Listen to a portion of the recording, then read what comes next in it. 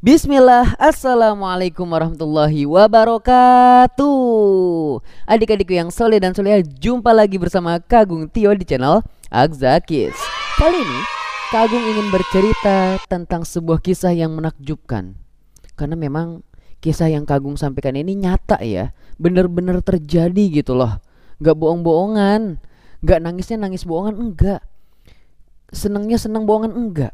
Tetapi kisah ini benar-benar terjadi, bahkan diceritakan di dalam Al-Quran. Dan sebagai seorang muslim, kita harus percaya bahwasanya kitab yang Allah turunkan, diantaranya Al-Quran, adalah kitab yang berisikan tentang kalamullah, perkataan Allah. Oke, gak usah lama-lama, langsung aja kita dengarkan kisah yang Masya Allah ini, berjudul Kisah Nabi Ismail alaihi salam. Oke, adik-adik yang saleh dan salehah, kisah ini berawal dari kedua orang tuanya ya. Jadi sebelum kita membahas Nabi Ismail, kita bahas dulu kedua orang tuanya. Siapa nama orang tuanya? Nabi Ibrahim dan Hajar. Ih, siapa yang ngasih tahu kamu? Kagum. Iya ya. Kamu kan Kagung ya. Oke, langsung aja. Jadi kisah ini berawal dari kisah Nabi Ibrahim ayahnya dan Hajar ibunya. Jadi Nabi Ibrahim suatu ketika diperintahkan oleh Allah untuk meninggalkan Mesir dan kembali ke Palestina, atau ada yang menyebutkan kembali ke Syam. Nah, setelah sekian lama Nabi Ibrahim menikahi Sarah, yang Masya Allah, kita kenalan dulu nih sama Sarah ya. Sarah ini adalah istri pertama Nabi Ibrahim, yang cantiknya Masya Allah. Tapi adik-adik, qadarullah, sampai berumur 60 tahun Sarah belum juga diberikan seorang anak. Sehingga hal tersebut membuat Sarah itu merasa sedih. Nabi Ibrahim sebagai seorang suami juga sedih. Istriku belum punya anak-anak. Tapi Nabi Ibrahim bersabar dan Sarah pun juga bersabar. Dan Sarah adik-adik, beliau memiliki seorang hamba sahaya, atau kita sebut dengan budak. Sarah memiliki seorang budak perempuan bernama Hajar. Nah, lalu Sarah setelah gelisah, udah lama gak punya anak, akhirnya mengatakan kepada Nabi Ibrahim, "Wahai suamiku, nikahilah Hajar. Nikahilah pembantu atau hamba sahayanya Sarah." Lalu akhirnya Nabi Ibrahim pun berpikir. Setelah berpikir, mempertimbangkan hal tersebut, akhirnya dinikahkanlah Hajar dengan Nabi Ibrahim alaihissalam. Dan Masya Allah adik-adik, ternyata setelah Nabi Ibrahim menikah dengan Hajar, mereka dikaruniai seorang anak yang bernama Ismail alaihissalam, yang mana nanti ketika besar dia akan menjadi seorang nabi juga. Masya Allah ya, keturunan Nabi Ibrahim itu nabi-nabi adik-adik. Oke, kita lanjut. Tidak lama setelah itu, Allah memerintahkan kepada Nabi Ibrahim untuk membawa Hajar, istrinya yang kedua, bersama Ismail yang masih bayi, yang masih menyusui, diperintahkan oleh Allah untuk dibawa ke Mekah. Nah, adik-adik harus tahu, Mekah saat itu belum ada Ka'bah, belum ada rumah, apalagi hotel. Jadi benar-benar tanah yang luas, gak ada apa-apa di sana. Tanah yang tandus kering, gak ada bangunan di sana. Ketika Nabi Ibrahim membawa membawa Hajar dan Ismail ketika itu, lalu Nabi Ibrahim meninggalkan Hajar dan Ismail yang masih menyusui di sana. Dan saat itu gak ada orang di sana, gak ada bangunan di sana, gersang, kering. Kemudian Nabi Ibrahim hendak pergi. Ketika hendak pergi, Hajar bertanya, "Wahai Ibrahim, wahai suamiku, kenapa engkau meninggalkan kami di sini?" Nabi Ibrahim cuma diam. Lalu Hajar pun bertanya lagi, "Wahai suamiku, kenapa engkau meninggalkanku di sini?" Nabi Ibrahim diam. Karena ini perintah Allah. Nabi Ibrahim gak bisa ngomong apa-apa.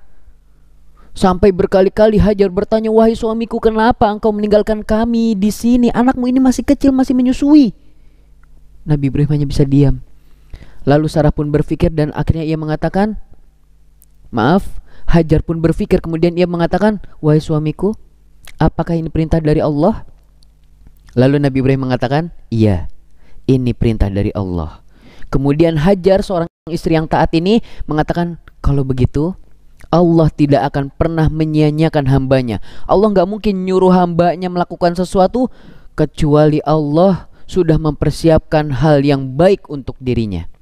Akhirnya Hajar dan Ismail hanya berdua di tempat tersebut. Nabi Ibrahim pun pergi. Setelah sekian lama Hajar hanya dibawakan sedikit air minum dan beberapa makanan, yaitu kurma. Lalu ketika air minum dan kurmanya tersebut sudah habis, Hajar kebingungan. Air susunya pun mengering. Ismail pun sudah mulai meronta-ronta, udah mulai nangis-nangis. Akhirnya Hajar pergi ke sebuah tempat bernama Bukit Sofa. Dia berlari-lari kecil untuk mencari makanan atau mencari orang. Apakah ada orang di sana? Gak ada. Dia turun, akhirnya menuju ke Bukit Ma'wa. Apakah ada orang di sana? Tidak ada. Dia berkeliling antara Sofa dan Ma'wa, naik turun bukit untuk mencari seseorang. Apakah ada di sana atau apakah ada makanan di sana? Dan ternyata Hajar gak mendapatkan apapun. Sampai 7 kali, kemudian ada suara mengatakan, berhentilah di sana. Hajar kaget, suara siapa itu? Kemudian ternyata terdapat sosok malaikat. Ada yang mengatakan malaikat ini adalah malaikat Jibril. Dia menggunakan sayapnya mencongkel tanah, kemudian keluarlah air. Tush. Dan itulah yang disebut dengan air Zam-Zam. Kata Nabi Muhammad, barang siapa yang meminumnya maka dia akan kenyang, atau barang siapa yang meminumnya dengan niat tertentu, misalnya untuk obat, maka dia akan sembuh. Kalau dia untuk makan, maka dia akan kenyang. Jadi walaupun minum terus, dia gak akan lapar. Akhirnya dari situlah air terus ada. Kemudian akhirnya dibikin seperti sumur. Dan semenjak saat itu malaikat pun mengatakan kepada Hajar, Hajar, Tuhanmu tidak akan menyia-nyiakanmu. Akhirnya malaikat pun pergi. Kemudian Hajar di sana bersama Ismail bisa menikmati minum air Zam-Zam tersebut. Lalu sampai suatu ketika datang suku Khurzum, datang ke sana. Lalu suku tersebut menanyakan, apakah kami boleh tinggal di sini?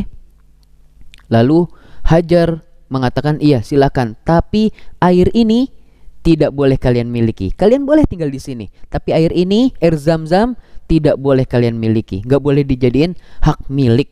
Ini punyaku, ini punya suku kita. Tidak boleh, karena ini adalah milik kaum muslimin nantinya. Jadi gak boleh diaku-akuin.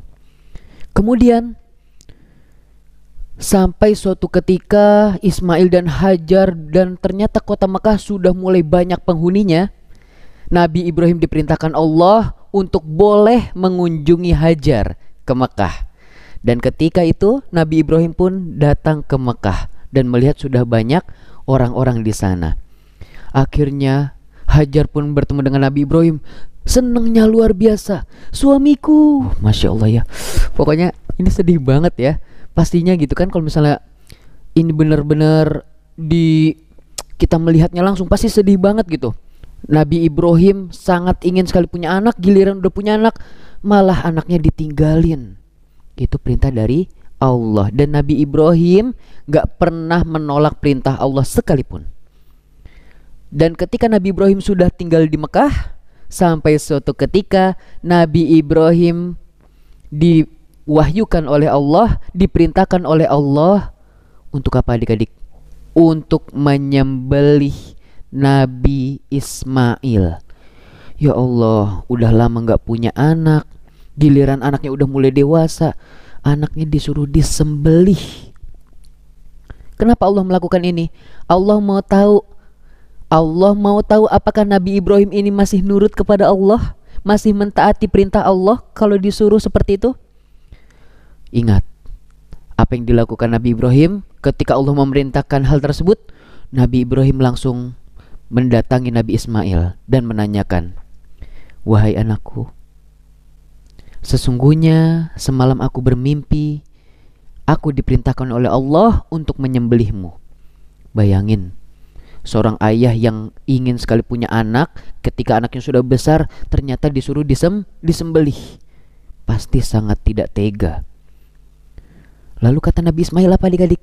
Yang membuat Kak Agung sendiri kaget gitu. Kata Nabi Ismail apa? Apabila ini perintah Allah wahai ayah, maka lakukanlah, aku akan bersabar. Masya Allah, jadi keduanya ini adalah orang-orang yang taat.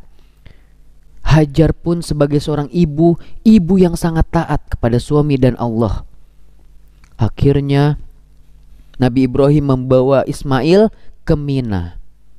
Dan ketika Nabi Ibrahim membawa Ismail ke Mina, Nabi Ibrahim hendak menyembelihnya, ditutupin dulu wajahnya dengan kain karena Nabi Ibrahim gak tega menyembelih anaknya sendiri. Ketika Nabi Ibrahim sudah ingin menyembelih, ke lehernya hampir aja kena.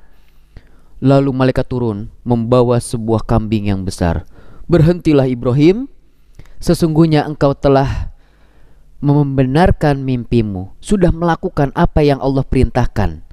Jadi Nabi Ibrahim telah melaksanakan apa yang diperintahkan oleh Allah, dan Nabi Ismail tidak jadi disembelih. Masya Allah. Dan akhirnya Nabi Ismail selamat dan digantikan dengan hewan kambing yang besar. Dan saat itulah kejadian tersebut disebut dengan Hari Raya Berkurban atau Idul Adha. Masya Allah ya adik-adik ya. Jadi apapun yang Allah perintahkan, maka tugas kita adalah sami'na wa ata'na. Kita dengar dan kita patuh. Allah memerintahkan untuk berbakti kepada orang tua, kita dengar nih. Allah memerintahkan kita untuk berbakti kepada orang tua di dalam Al-Quran. Kita tinggal patuh, lakukan. Memiliki orang tua yang kadang galak, yang kadang baik, apapun perintahnya, selama itu baik, maka lakukan. Selama itu perintah dari Allah dan itu baik, maka lakukan. Tapi kalau itu buruk, maka bilang kepada ayah atau umi, umi maaf itu buruk, ayah maaf itu buruk, aku gak mau ikut-ikutan. Begitu adik-adik. Demikian sedikit kisah tentang Nabi Ismail, Hajar, istri Nabi Ibrahim, dan juga Nabi Ibrahim alaihissalam yang sangat taat kepada Allah, dan keluarga ini adalah keluarga yang sangat Allah berkahi. Dan pada saat itu di kota Mekah, ketika Nabi Ismail sudah besar, Nabi Ibrahim bersama Nabi Ismail membangun Ka'bah di sana, dan akhirnya orang-orang haji di sana. Masya Allah ya adik-adik ya. Demikian mungkin apa yang bisa Kak Agung sampaikan. Semoga bermanfaat untuk adik-adik soleh dan soleh di rumah. Jadi kalau dengarkan dengarkanlah kisah-kisah yang nyata. Jangan percaya dengan kisah-kisah yang palsu. Kita tutup dengan doa kafaratul majelis. Subhanakallahumma wa bihamdika asyhadu an la ilaha illa anta astaghfiruka wa atubu ilaik. Assalamualaikum warahmatullahi wabarakatuh.